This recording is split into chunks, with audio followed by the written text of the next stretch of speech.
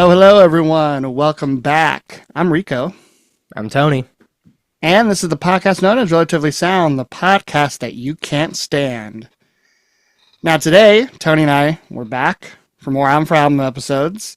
And just like, not the previous one, but the one before that, we're keeping it a surprise on what album and artist we're giving each other for this week. And I will say, I've given Tony some hints. But he has not guessed it correctly. But I think, Tony, you might know what band I'm giving you. Do you have a guess? I'm pretty sure I do. What band do you think? I'm sensing a Wilco coming. You thinking of Wilco? I'm thinking a Wilco. And you said not Spoon. No, please no. Not right now. Not right now. You can't handle it right now? I need at least 3 weeks in advance to know so I can prepare myself. Well, I will say, you did guess correctly. You're getting your second Wilco album. And the album you're getting, I just got on vinyl earlier this week. Their third studio album, Summerteeth. Summerteeth. What am I looking at on this album cover? That's a moon? I think it's a moon. To me, it lips? looks like... Yes, and to me, this looks like a body, so it's almost like the moon is their head. And then you have a pair of lips. It's very confusing. I was a little off-put by the album cover. The body at? Well, I think of this as like the body, like the... I don't know. I don't know if that's what it's supposed to be, but that's the vibe I got from this album cover. So my story with this album is, when I got into Wilco a couple years ago, it's because of the TV show The Bear.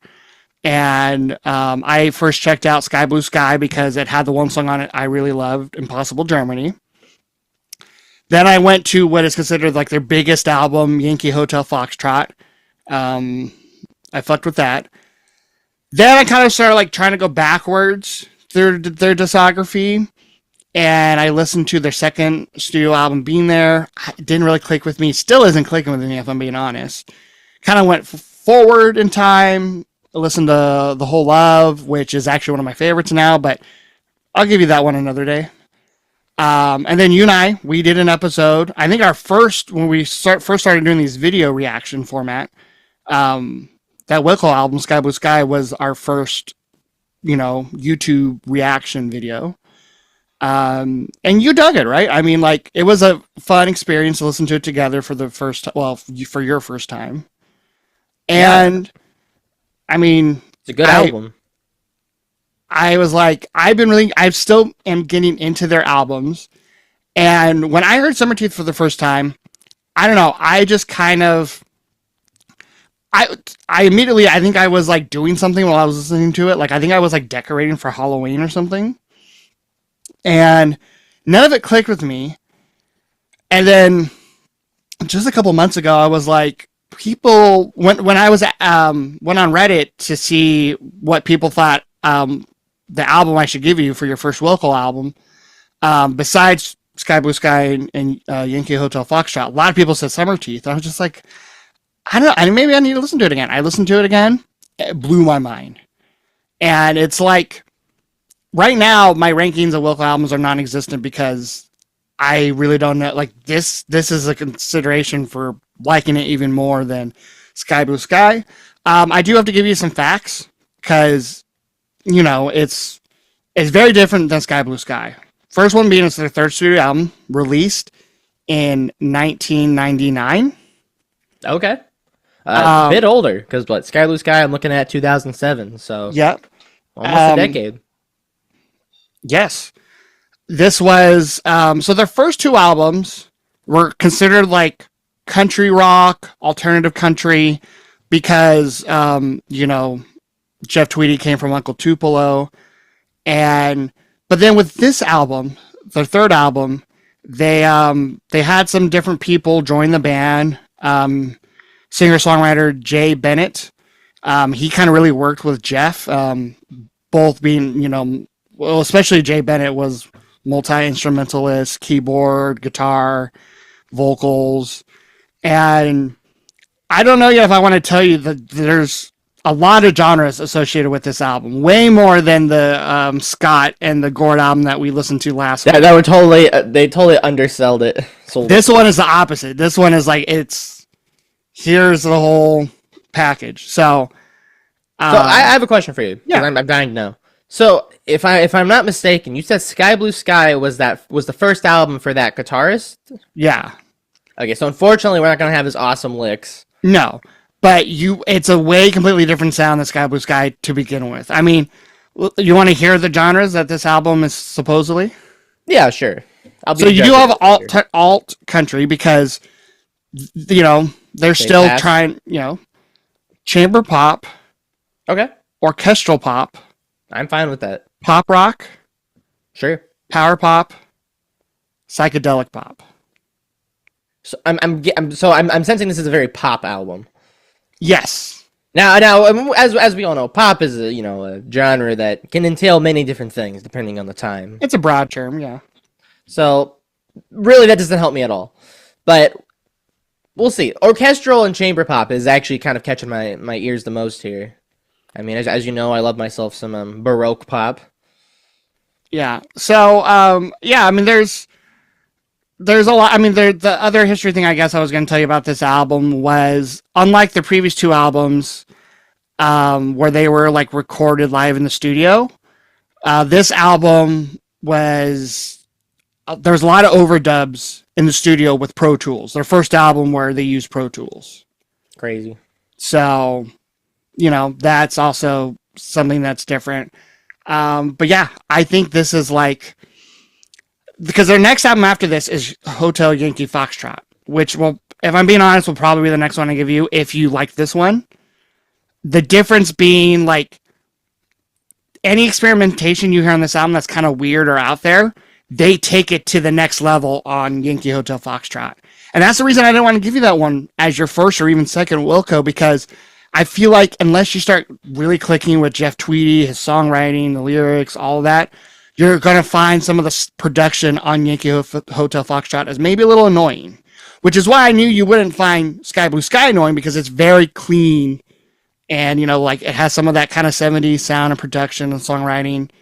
Yeah, it's got a good vibe through the production. This is, I think it's almost more 60s a lot of the time, if I'm being honest. So, well, I mean, with genres such as chamber pop and orchestral pop, I mean, that seems on brand then. So, I mean, I'm excited to hear it.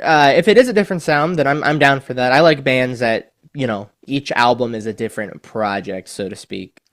It would be cool, too, to hear them do it not like a band-oriented thing, you're talking about with the overdubs, because I think for some artists that works better than others. Like, I remember hearing, I think Aero Vulgaris was like that, and I think Josh kind of expressed that he didn't want to do that again. So, yeah, did the band return to that format, or did they stick with that for a while, or did they go straight back to just, like, recording? No, like, with the next album, Yankee Hotel Foxtrot, a lot of over. I mean, when you listen to that album, you're like, there's no way they were doing all of this in one take.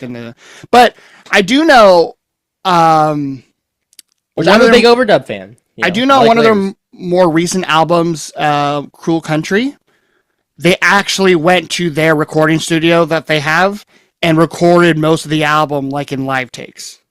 Okay. So they did eventually go back to that type of, I guess, songwriting and recording. So, but yeah, I do not think you will find any song on this album boring. I think you might dislike some songs just because you're like, I don't like the chord progression, I don't like, the vocal style or whatever. But I will be shocked if you find any of these songs like boring. So that's the goal. So, are you ready to hop in? Let's do it. So head on over to YouTube if you're not already there, so you can watch Tony's first reaction to Summerteeth. And yeah, let's go give the album a listen. Album opener to Summerteeth. Can't stand it. You ready? Yeah, I hope I can stand it though. All right, here we go. A quiet album.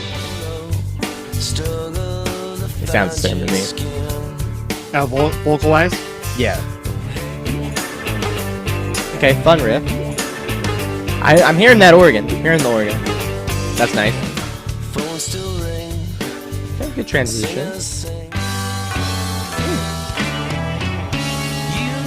Oh, major 7. Okay, that was a really interesting B section. Definitely was surprising. Some kind of unexpected bass notes going on there. I really like the bass sound over here. It makes this, I'm pretty sure it's like a 1-4 progression. Makes it These sound big. That's a cool transition. I love it. Okay, I'm kind of screaming in the back. Cool.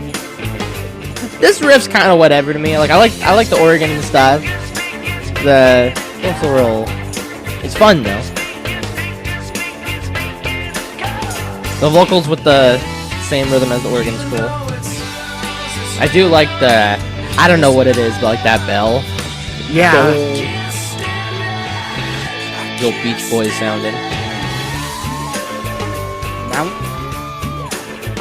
Right on. Oh!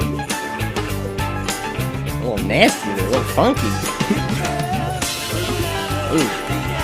Right, fun opener. Some cool stuff going on, interesting. My only real nitpick, is that like I think like in like what I would call the verses, the do like the little chromatic riff, it's a little cheesy. But by the end of it, like when they're jamming on that, that's hella fun, and I like the organ during it. You did mention Beach Boys.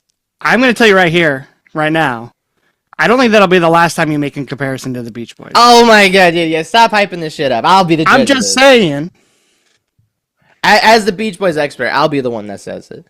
But yeah, but you know that is a signature of the 60s, I would say. So you could stand that song?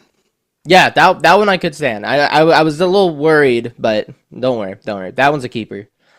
Now, I am a little bit more interested with this next song, though, mostly just because of the title here. Which I almost used as the intro. The podcast, that's a jar. Yeah. I mean, I'm a big fan of Mellotron. Okay, I like that drum roll to get in. I do like that opening line. She's a jar with the heavy lid. I thought from the opening stanza that it was going to be like... I can't tell if this is about his daughter or his wife. Interesting. The vocals are kind of buried, but that backup was quite audible. Okay, so this song's kind of interesting because it's like... We got kind of like a... It's not like a country progression, but you know, it's a real home-sounding progression. Oh. Okay. Nice diminish. This is sounding like Sky Blue Sky to me. Yeah, I can see that. Yeah, it is kind of like a little country progression thing. But there's kind of some, I think, obnoxious keyboard stuff going on. Obnoxious. This really feels like they're like, okay, we have a song. It's pretty simple. Let's just put a bunch of shit over it. Nice, filling out. When it fills out like here, it sounds really pleasant. It's like very full and rich. The organ against the harmonica is pretty nice. This harmonica sounds good. You know how much I hate harmonica normally, so. You know she begs me not to hit her. Wait, what? How is this not about his kid? Okay. I'm not even going to comment on that. I'm glad you commented on the last lyric because it's like one of the bigger like plot twists I have ever heard on a song. Yeah. But She's a Jar. I think it's an okay song. For me, it just didn't really do a lot. Not a lot of content as far as like the main chord progression, which you know makes up like 3.5 minutes of the song, and then I mean the B section's cool. You know, it did have a nice moving chord progression, which is a good contrast. And I don't think there's anything bad about the song, but for me, I don't know. Like sometimes when the instrumentation filled out, it was really nice, but kind of in the first half of the song. Maybe if I went back and listened to it now, it'd be fine, but it's a little questionable. So is it boring? It's a little bit boring. Wow. I'm not gonna say it's uninteresting because there is a lot to listen to as far as like the texture. Well, because that's what I was thinking. Plot twist. Kind of, you know, if I just did the same progression for most of the song and then just put some, you know, some kind of very out there key sounds in contrast. There was some harmonica. There was some wah guitar in the background, backing vocals. Yeah, that's what I'm saying. It's not an uninteresting song, but it was just kind of a boring experience. But I mean, it's nice. I mean, I think it's a decent album. It's a grower. Track. It's a grower. It's an album track for now. That's what I'm calling it. All right. Next song. Shot in the arm. Shot in the arm.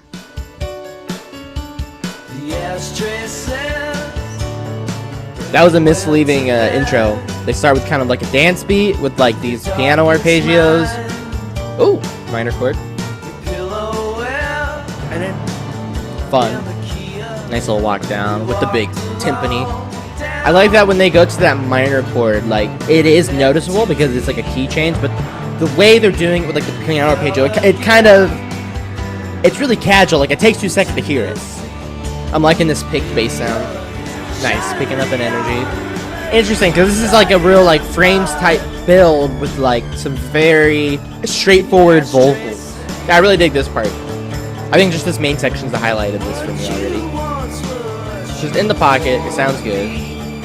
I did say the ashtray says you were up all night is a cool lyric. A lot of chaotic, like keyboard, maybe like wah noises. I really like the main part of the song, like the little intro. Actually, let me listen to that again because that was pretty cool. So it's weird because this intro, it sounds like it's gonna be kind of like a lame song, but it gets cool fast. Yeah, the song picked up, and I like that. I think that's something I do like about Wilco, from what I've heard, is that their songs are dynamic, but they're not really dynamic in like a really constructed way.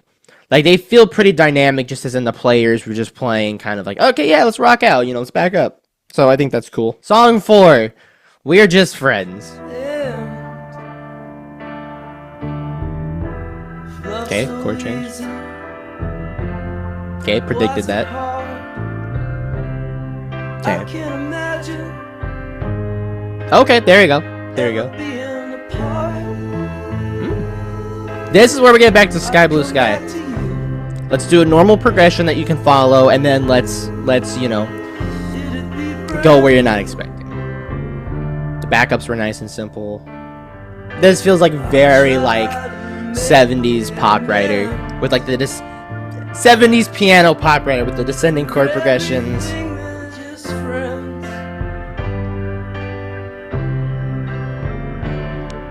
Okay, I had a feeling they were gonna do.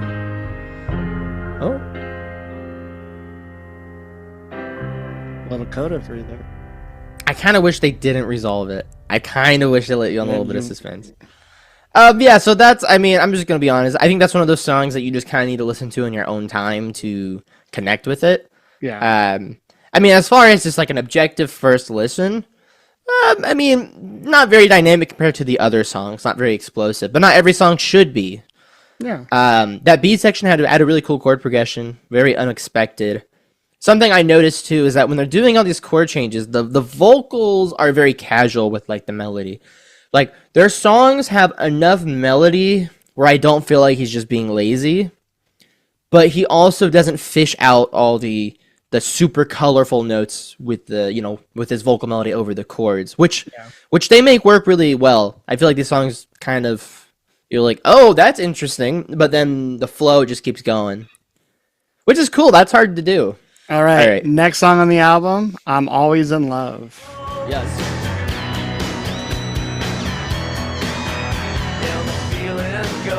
That when that keyboard goes an octave up and down, that reminds me of the Beach Boys' Wild Honey. Oh, okay. I like how the chord progression structured. That was like a very nice, complete little stanza. Okay, we're gonna get a B section here. I can smell it. I like that. Whatever that was. I gotta say, why do all their songs start with the best line of the song? This is probably the most conventional song so far. Yeah. But in a really well done way. Come on. Don't let me down, guys. Let's rock out. Okay, yeah, the backup vocals, once again, kind of that feel-good Beach Boys. Oh, I didn't even notice that scream. That was cool. Yeah, okay, I like that one. It's kind of a... So to me, that's one of those songs that has a charm to it. So it's like... This is definitely like a pop rock song for sure. It's structured well. It's not too long. It does the chorus repeat at the end a bit long, but what can you, it's a pop song. What do you expect? But what it has though, is it's got like the memorable sounding lead instrument, which is the keyboard in this, where it's like, you're like, that kind of sounds bad, but it also sounds cool, and I really like it. Like, it gives the track a lot of vibe to it. And it's kind of in that middle, like, is this a happy song? Is this a melancholy song? Nothing's ever gonna stand in my way again. Okay, I like the drums already. Oh, no. Oh.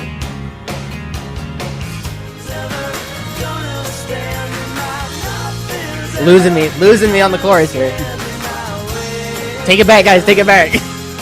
Bring in the claps and the keyboard part.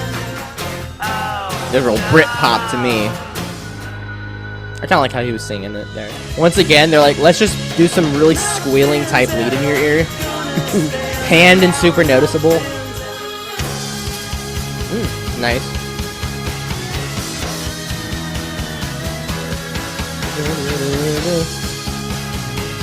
Simple bass part, but real nice. Yeah, I really like that verse a lot. Chorus, I'm not sold on yet. It was starting to work for me near the end, but yeah, I mean, I don't know. I really like what the verse is doing. I just wish the chorus took it elsewhere. But the chorus felt very much like, here's the chorus, guys. I mean, it's a simple kind of like, it's an obvious chorus, right? Yeah, that's a good way to put it. It's an obvious chorus, which is fine. I'm not trying to rag on a song because it's got a chorus. But it had enough other stuff you seem to like the transition, the pre-chorus, and the bridge, the is outro, cool. and the bridge. Yeah, so yeah, that one's probably my favorite. Still, I would, or that's like despite so far the chorus complaint, this is probably my favorite. Okay. All right, now I'm excited for this next one because Pie Holden Sweet.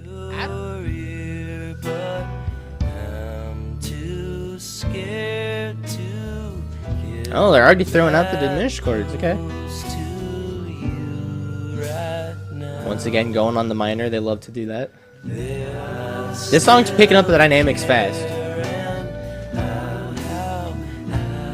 Oh, okay. They did their signature major chord.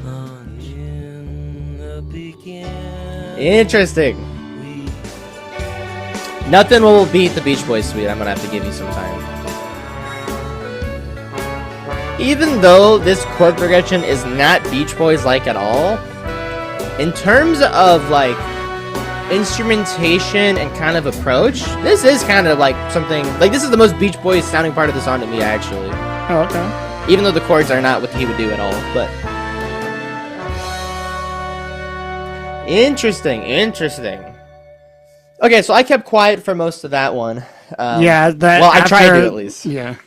But that's actually because I think there was a lot to listen to here. The song picked up dynamics fast. All of the changes, like the way they transition between sections and stuff was very unexpected. It was like as soon as they added in enough overdubs and like texture where you're like focusing on that, then they would switch like, the parts. The dynamics were cool, especially when a section would end and then it would start with bass. And then at the end, they totally changed the feel. They put the swing on it. They gave it the bounce. Next song is How to Fight Loneliness. Real warm, creamy bass. Once again, they're diminished. Drums are mixed kind of interesting, like that tom. It's like not a lot of low end. Tinkly piano. Reverse. Something. To me, like I call that bass sound the ramble on bass sound when you have that really thick, kind of soft, upper range, noodly bass. So fan of that. It's doing that real somber singing, which I think he pulls off really well. A little bit more simple than some of the other songs, which is fine. I mean, I guess just compared to the other ones, there's not quite as much to say, but it's enjoyable though. Good album track, I would say. Yeah, I mean the reverse sounds cool. I like the drums. Like they're not in your face, but they're nice. It's like one of their like softer songs, but it's got a little bit more. It's a little bit more steady than maybe some of the other ones. Yeah, it has a kind of a similar pace throughout the whole song, and the dynamics are there. They're just completely different than the earlier songs' dynamics.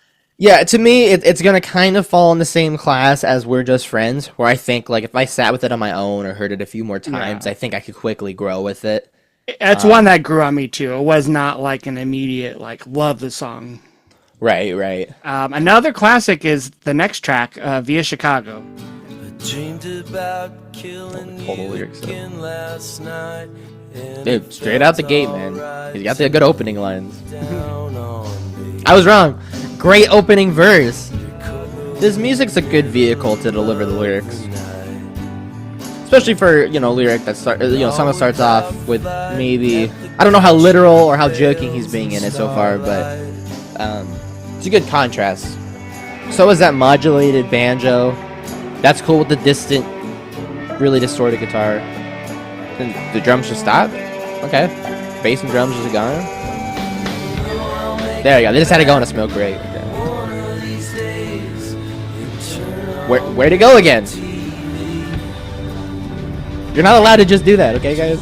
Why do I feel like this song is falling off the grid? I mean, it's a cool effect, though. I know I'm ragging on it, but no, I actually like that. That's cool. I don't think I felt this with the other songs, except maybe the Pie Holding Sweet one. But I don't really know where we're at right now. Like, I know this is just like another verse, but in terms of the whole song, I have no idea where we're going.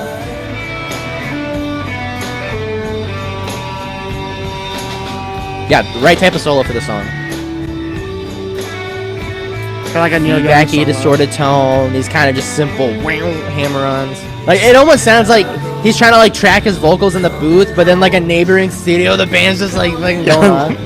Okay, so we officially we changed our broadcast feed to the neighboring studio to check in on the other band, see how they're doing. No. This is really cool. I don't think I've really heard a song that quite did that, because it was like they did it in a way that was like their changes, whether it's like bringing in like a new mix. I don't even know how to really describe what's going on. I mean, that was like a new mix basically at the end. Yeah, like putting in like a new mix at the end, and then like kind of dropping out the drums and having them kind of fall off and stuff. Like, that's cool. Like, what I like about it is that it's apparent, but it's not just like, you know, you're not gonna get rubberneck from it. So that's a cool song. I'm excited to listen to that one more. The next one, titled ELT. So this is like the most like Nickelodeon country pop thing I've heard in a while. Okay, with the rough vocals. Interesting kind of way they're doing these chord changes, like with the instrumentation. That was a really fun, like, that was fun. I really liked how they changed the chord progression a minute ago, but they only did it like once. So I hope they go back to that a little longer. Hang on it. So they bring in that quarter note piano.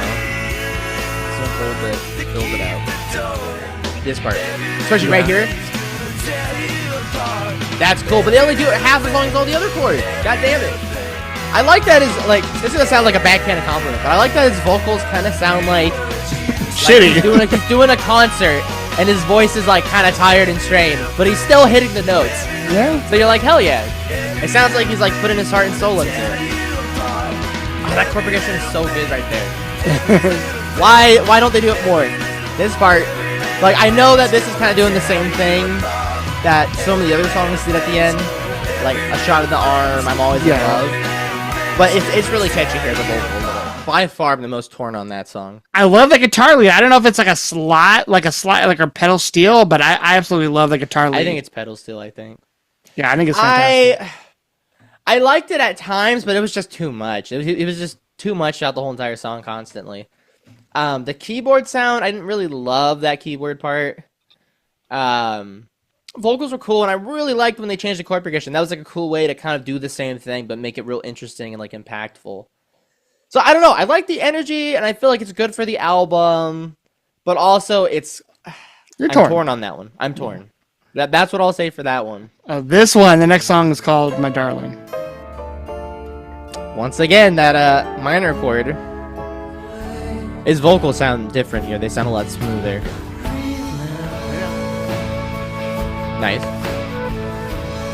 I like the chord progression there. Just the two. No, that's three. Like, that sounds pretty thick there.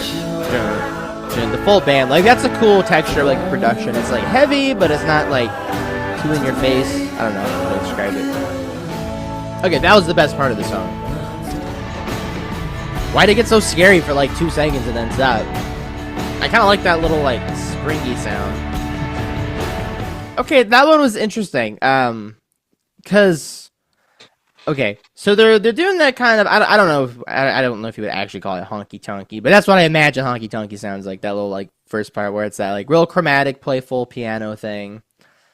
Which I didn't really like that. I don't know. That's just I don't know. Not really the vibe. See, I thought you would have liked that. See, okay. See, I didn't really love the whole like piano thing I just talked about, and then I didn't love how crunchy the chords were at first, right after. It just felt like they were like way on this side of the spectrum and then way on this side of the spectrum.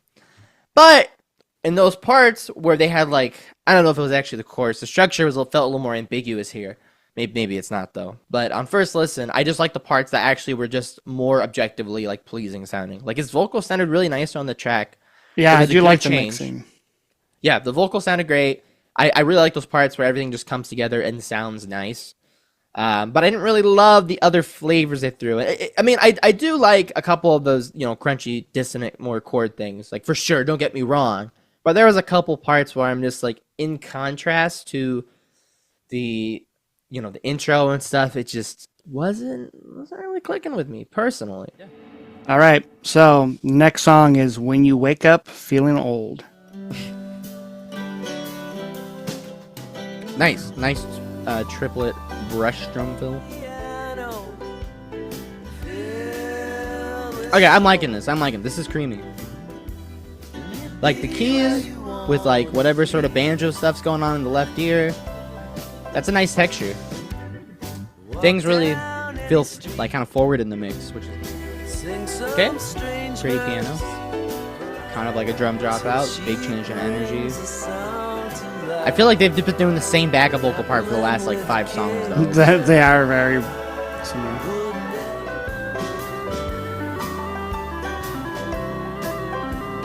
That was cool.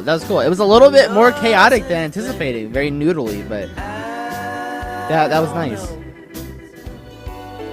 The sections of the song kind of go back and forth pretty quickly. A little more rapid than some of the other tracks, which I like. Because the song's got the swing, it's got the push. Got a nice walking bass line. Highlight track for me. Yeah. That's a great one. It's a nice one. I do kind of have to be in the mood for it, but I do really enjoy it. Really pleasant. I think it has a fantastic texture, like the just how they layered all like the keys, the organ, the whatever is up in there. It's a very nice texture. I think something that I appreciate in this were some of the other songs, especially kind of like maybe in the middle of this album, is like it just feels like it's got a consistent groove, the song's moving, and even though it is just kind of like it doesn't stray as far away as like Can't Stand It, for example.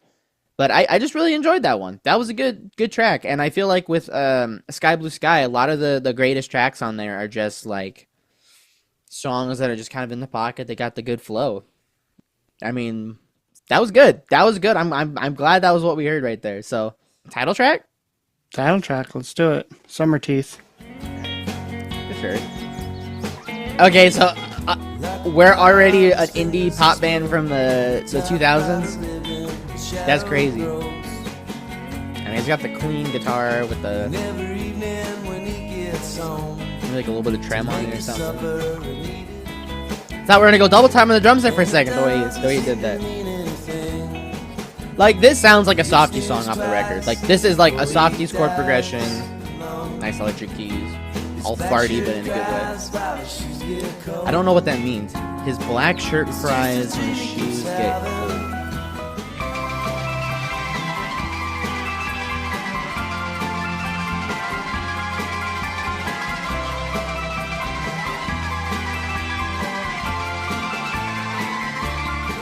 Sorry, I just have to soak this up for a sec. Let me collect myself. Oh, the what? The more ambient stuff going on in the back. The birds are really nice here. They don't feel forced at all.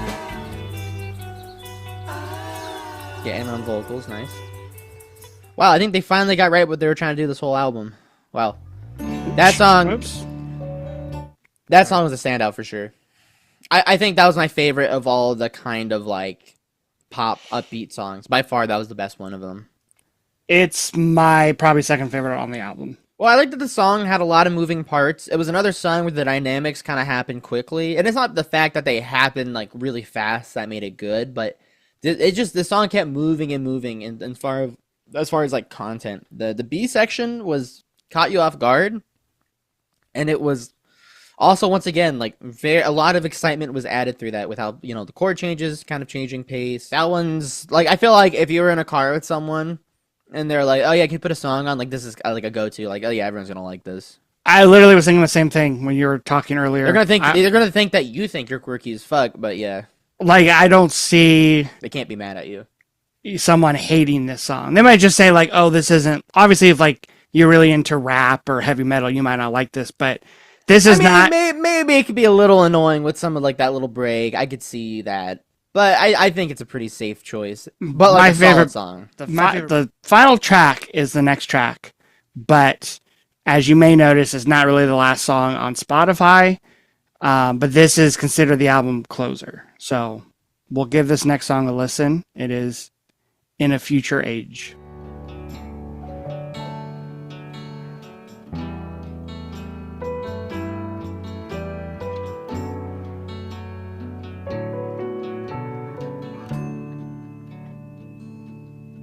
This is pretty, but I'm not really grounded yet. It's only been 30 seconds. We're chilling. So pretty, kind of a predictable chord progression from them, which is fine. I'm sure they'll do something unpredictable. Interesting little break there. Just sound like a bow or something. I don't even want to say it. Yeah, we've gone, I think, 2 songs away from no accordion. We're on this accordion streak, man. I like that. I think that's another type of like closer where you just gotta sit with it on your own, because on a first listen here, I mean, I didn't feel as moved as I was hoping, but I feel like this is a song that's definitely a grower. I mean, it's kind of like, I'll say this. For example, is it called Wake Up Time, actually? Yes. Like Wake Up Time, that one has grown on me, but on first listen, I wasn't really too invested and stuff. I think this will be kind of like that. I mean, I wish he just hung on the ending longer. It just felt so short, like it's so brief. Like, because it took me a minute to kind of figure out what I was listening to. Like, when I started like hearing the couple first chords, I was like, okay, I feel like this is something that I would have wrote like 8 years ago, and then you would have been like, nah, that's not that. It goes too far away from where the song started. Yeah. I just wish I hung on it more, because I'm trying to think like Tomorrow's Food. I almost said Prison Food. Tomorrow's Food, where it's like, yes, Tomorrow's Food's a little more out there, I would probably say, but it hangs on the ending, and that, as a closing track, I think it's good to end on it can be good to end on a vibe if you're doing a ballad. Yeah, so I'm curious to see, like you said, which ending I'm going to consider the true ending. There is a song called 23 Seconds of Silence. I'm going to go ahead and say it's safe to start that now. Let's play it. And then we get... Hey, I can't hear the silence over you yapping over there. We will get into the last, like, non-remix song on the album, which is Candy Floss. This is actually silent, because on Soundgarden's debut record, they have 1 minute of silence, and like there's like background talking. This is actually silent. So okay, this is a hidden track. This is something you shouldn't like, but I know you're gonna say that you like it for some reason. And this is something you should like. That makes me mad. And this is something you should like, and you're gonna say you don't like it, and that's gonna make me mad. Whoa. I mean, it does have like that bad keyboard sound of some of them Beach Boys records. Oh. With the chromatic, modulation, yeah. I don't know, it started off like it was gonna be kind of like one of those like old Brit pop glammy songs. But I can see what you're saying. It's very Beach Boys to me. That other part, not this part though, that much to me. Well, not with the key change, but I think that the beginning sounds very Beach Boys. No, Beach Boys are all about key changes. What are you talking about? That was one of the more Beach Boys parts. Interesting song. I really don't know how I feel about this. This song feels a little too exaggerated to me. Like, here's the thing. Like, the parts of it that sounds kind of throwbacky just sounds a little bit too much like a caricature of that sound. But then when I try to look at it more as just like we're kind of like not like a punk, because you think punk, you think kind of really dramatic. But you think about, the idea of like if this was like a 90s like rock record, you know, some people doing something like this, or even like a Heat Miser type thing, right? It's like a songwriter, but the songs are kind of rock. This doesn't feel raw enough for me to enjoy it super strongly from that perspective. It is kind of influenced by an artist you like, but it just feels like a very surface level imitation of it. But I'm okay with it this time because it's not on the album. Because you only have a surface level understanding of the Beach Boys. All right, well, you just listened to Wilco's third album, Summerteeth. And I survived. Yeah, we survived to the point where we're wearing different clothing than we did when we started the album. Just ignore that if you're on YouTube watching this. Technically you've kind of given the album like 1.5 listens between when we started and when we ended. So this album you might have a little bit more grasp on than the last couple albums we've done, which is a good thing. So hopefully your opinions will be a little bit more firm. Not, of course you can change them. Like in a couple of weeks when we're doing another episode, you might tell me, oh, hey, I've listened to Summerteeth like 2 more times and I love it. Or yeah, I definitely don't like it as much as like Sky Blue Sky. So, but what are you feeling now about it? So this is kind of a tough album to evaluate because it's definitely an album where I'll just say right off the bat, I don't think there's anything bad on this really. The songs that I just don't really care about as much just didn't really grab me in the moment, or I haven't really had the time to emotionally connect to. Because I get it, you know, sometimes songs are just all about the feel of them.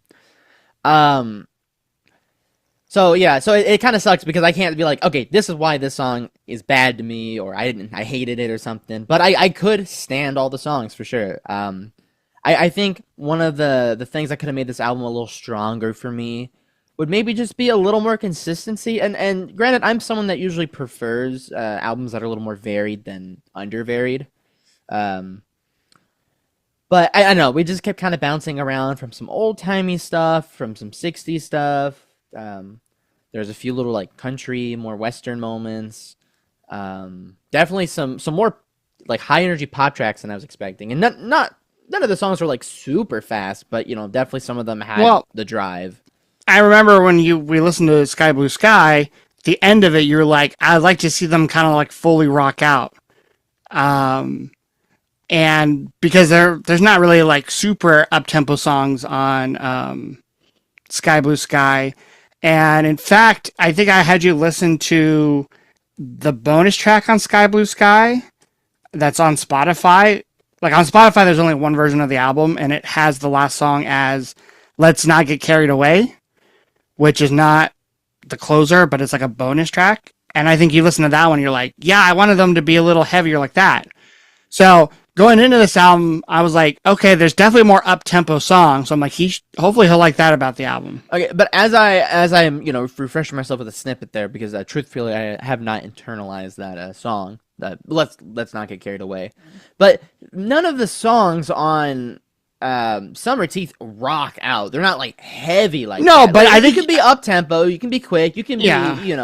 But they're not. I mean, they're from what I listened to the discography. Besides maybe their whole album Star Wars, which actually is a lot more kind of faster paced rock songs, like crunchy guitar songs. They're just not a band that does that. They're not a Pearl Jam, STP, or even like a Tom Petty, like Tom Petty and the Heartbreakers. They have songs where there's like guitar solos and Wilco's kind of not like that. They're kind of really like, Jeff Tweedy writes all the songs, the kind of singer songwriter, and then the band helps fill out the songs. No, I don't have a problem with an album not being rock, but it's one of those things where on Sky Blue Sky, I just felt like the band had really good dynamics, very jammy, especially with that guitarist. Like, yeah, that would have been fun to hear him rock out. And even hearing on this record, I mean, Jeff's vocals, they're definitely more... I think they're better on Sky Blue Sky, but you hear him do, like, kind of raw, little screamy stuff here and there. So, I don't know. I think they're just a band that would be cool, kind of like a what if. Kind of like if... it'd be cool if Elliott Smith did some rock songs later in his career to hear how he would have done them. But granted, though, I don't have a problem with it not being heavy. Yeah, and Sky Blue Sky was the first album with, like you were mentioning, guitarist Niels Klein. And yeah, he definitely brought a different dynamic to the band. So, and I will say there is a lot of good guitar parts on this album, kind of more rooted in kind of a little bit simpler kind of melodies played on the instruments, or with like a lot of the arpeggiations with like the clean guitar sounds, kind of those more indie pop vibes. And I will really quick say that it'll be interesting because, like I said, I'm pretty sure the next album I'll give you for Wilco is Yankee Hotel Foxtrot, because it is the big one. It's the one people are going to say you have to listen to. But the album following that, so after Yankee Hotel Foxtrot, Jay Bennett left the band. I don't know if he was fired or he left, but they had a falling out, him and Tweety. So on the next album, A Ghost is Born, the one with the egg on the front cover. Gross. Okay. I like eggs, don't get me wrong. They didn't have another like guitarist or person, so every guitar like solo on the album is Jeff. Oh, that's cool. And then for the tour, that's when Niels Klein entered the band, and then his first full album with the band was Sky Blue Sky. So it'll be interesting to hear you listen to a couple albums with Jay Bennett, the one album with no Jay Bennett and no Niels, and then maybe another album with Niels Klein. Probably I would give you The Whole Love, which is probably my top 3 Wilco albums. So I think my big takeaway from hearing this album is well, there's 2 things to it. First off, like, thank you for sharing a good pick. I'm glad to see more of the band. But I think my big takeaway is I think this is one of those albums that I will appreciate. I do appreciate it now, but I think, yeah, once I hear more albums of theirs, I think I'll have a better feeling of how I feel on this album. Yeah, like, it's kind of like with The Hip when you gave me Phantom Power. That was the second one you gave me, right? And then you gave me Day for Night. Yeah, I had to have been. So, like, with that, I didn't realize I ended up liking Phantom Power a lot more after listening to Day for Night, and not even because I'm like Day for Night's not as good as Phantom Power. I just feel like as I got to see a little more different sides of the band, I start to piece together what I like. You know, and then of course you start kind of thinking like, well, what if this song was on this album? You know, with that production and stuff. So I think this was a good one to give me, as it did have the variety. But I just think, you know, as far as like an album that, you know, I would say right now I love Sky Blue Sky, but I like Summerteeth. And I think what happened with me, I like, and I'm. But I don't think any album that's, you know, I think there's sometimes cases where I don't think there's any album you could have given me that would have been the right choice. No, and I still think Sky Blue Sky could be your, like, nothing will top it for sure. But I definitely think I've been searching this album for the last couple months. I was just like, I need to share this with someone that hasn't heard it so they can appreciate the awesomeness of it. And I still think because Wilco's still such a new band to me, but for you it's even more new because you only know one album's worth, that maybe I should have given you something that's considered more classic. And then this one would have been a cool kind of like, oh, like, wow, this is such a different sound for them, you know? But either way, you're still going to get... I think this is a good pick. You're still going to get some good classic Wilco albums, you know, in the future. Because yeah, I mean, I will say this alone already makes me appreciate Sky Blue Sky a little more just because I can see it differently now. Yeah. So the real question for me will be Yankee Hotel Foxtrot or The Whole Love? I think I'm going to go Yankee Hotel Foxtrot, though, just so then you have kind of the context after this album. Because it is vastly different. Vastly. I will say I was not expecting the sound from Wilco. I will say I genuinely was surprised that the whole album, you know, like the album as a whole, I'm actually quite surprised. I just didn't think it was going to be that pop at times. And I mean, I did warn you with the Wikipedia. Not that they can't pull it off. I'm not saying that they're not unable to do it, but yeah, the Wikipedia is actually a lot more on point than it was with the Scott album or even the Gord. Well, yeah, I think we'll leave it here. Yeah, like in the future episodes, if you've given this album more listens, you know, let us know what you think of it. I was just telling Tony off camera, well, I was on camera, but it's not going to probably be in the edit, but that I've been really into Asia lately. I mean, I picked it up on vinyl like a month ago, and I had to like return it for another like 2 more copies because every copy I got just like it skipped during like the best parts of the title track. So I'm like, I have to give me a copy that's somewhat clean. So there, I know I haven't found a copy in person for a while. I don't know why, but the one I have is just too scratched to enjoy listening to. Yeah, so. I've just been getting reissues, and those have been terrible. Like, if you're getting a used copy and it sucks, like that's expected. Yeah. Mine was a used copy, and I was like, okay, whatever. Yeah. But which is crazy because Asia's known for like being incredibly produced, so that's unfortunate that you can't get a good pressing of it. Yeah, but But yeah, so in the future, let us know. Let me and the audience know what you think of Summerteeth. And if you are listening to this, watching this, and you're a Wilco fan and you love this album, let us know what your favorite songs are. And let me know what album I should give next, or what album I should give Tony next. Whether it's Yankee Hotel Foxtrot or The Whole Love. I know a lot of people are going to say, have them start from the beginning with AM and Being There. To be honest, those are two albums I still have yet to really get into. So I still think I'm going to take him down the road of, the classic or the kind of new classic, because I feel like The Whole Love is kind of considered like a return to form. But I don't know. You're going to give me the classics, and then that way you could be like, I gave you the wrong album. I shouldn't have listened to the fans. Who knows? If you're watching this right now and you kind of started to know Tony's taste more, maybe you think Star Wars will be a good, perfect album to give him next. I mean, I like the album cover on that one.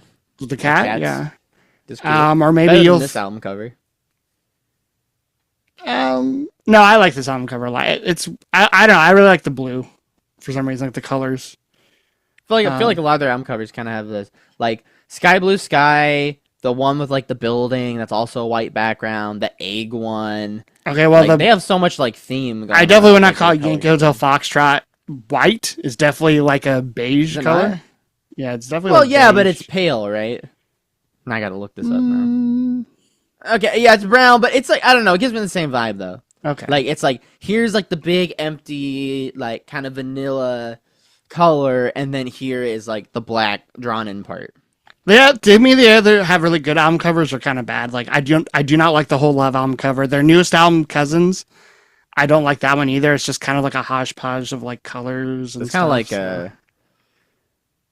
And I was gonna say that's like Hot Thoughts, but no, Hot Thoughts. They get a little too artsy. But okay, back on track. Though.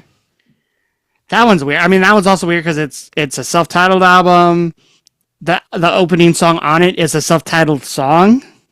Oh wow! Oh, Wilco, the song. Oh, Black Nova. You got to give me this album. This one. Oh, you would like that song.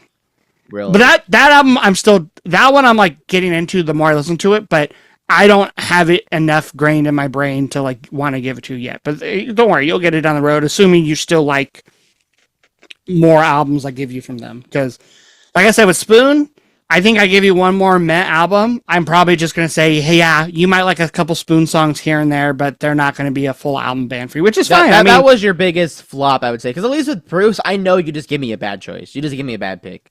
Yeah. But I after hearing Darkness, I know there's going to be plenty of great songs to look forward to. Yeah, I don't know.